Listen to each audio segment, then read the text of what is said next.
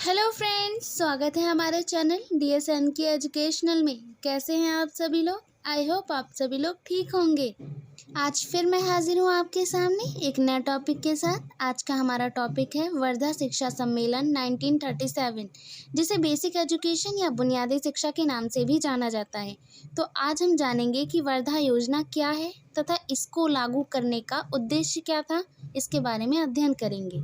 सबसे पहले वर्धा योजना का इतिहास जानने का प्रयास करेंगे। 1937 में भारत सरकार अधिनियम 1935 लागू हुआ। अधिनियम के अनुसार 7 भारतीय प्रांतों में कांग्रेस मंत्रालय स्थापित किए गए। इससे पहले कांग्रेस ने सार्वभौमिक मुक्त शिक्षा के लिए एक मजबूत मामला बनाया था। ऐसा करने का अधिकार मिलने के बाद कांग्रेस को इसे व्यवहार में लाना था। महात्मा गांधी देश में शिक्षा की भयावह स्थिति से भलीभांति परिचित थे। उन्होंने इस स्थिति से निपटने के साधन के रूप में मातृभाषा के माध्यम से भारतीय पारंपरिक संस्कृति पर आधारित प्राथमिक शिक्षा कार्यक्रम को बढ़ावा दिया।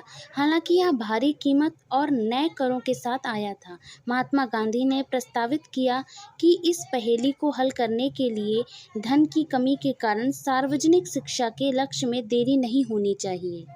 यदि उपयोगी और उत्पादक व्यापार के माध्यम से शिक्षा प्रदान करके स्कूली शिक्षा की प्रक्रिया को स्वावलंबी बनाया जा सकता है तो प्रत्येक बच्चे को मुफ्त और अनिवार्य प्रारंभिक शिक्षा प्रदान की जा सकती है। 31 जून 1937 को हरिजन में प्रकाशित लेखों की एक श्रृंखला में महात्मा गांधी ने शिक्षा पर अपनी राय व्यक्त की। वर्धा योजना की विशेषताएं। 6 से 14 वर्ष की आयु के प्रत्येक व्यक्ति को 8 वर्ष तक निःशुल्क अनिवार्य शिक्षा मिलेगी। इसमें किसी व्यक्ति के लिंग, संस्कृति या धर्म पर विचार नहीं किया गया। हालांकि माता पिता को यह अनुमति थी कि यदि वे चाहें तो अपनी बेटियों को 12 वर्ष की उम्र में छोड़ सकते हैं। पहले 5 साल जूनियर स्टेज के लिए थे, जबकि अगले 3 साल सीनियर स्टेज के लिए थे। सभी क्षेत्रों में शिक्षा पहुंचाने के लिए मातृभाषा शिक्षा का प्राथमिक माध्यम बन गई। यह स्वीकार करते हुए कि मातृभाषा में शिक्षा से एक मजबूत शैक्षिक नींव तैयार होगी।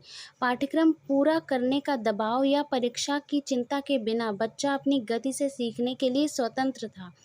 प्रमुख तत्वों में से एक था पाठ्यक्रम का पर्याप्त लचीलापन और युवाओं को प्रदर्शन करने के लिए स्वतंत्र माहौल की उपलब्धता। शिक्षा स्थानीय उत्पादक गतिविधियों या शिल्प कला के संयोजन में दी जानी थी। इरादा शिक्षा और क्षेत्रीय शिल्प को संयोजित करने के लिए समवाय एकीकरण दृष्टिकोण का उपयोग करना था। यह एक कैरियर केंद्रित शिक्षा थी।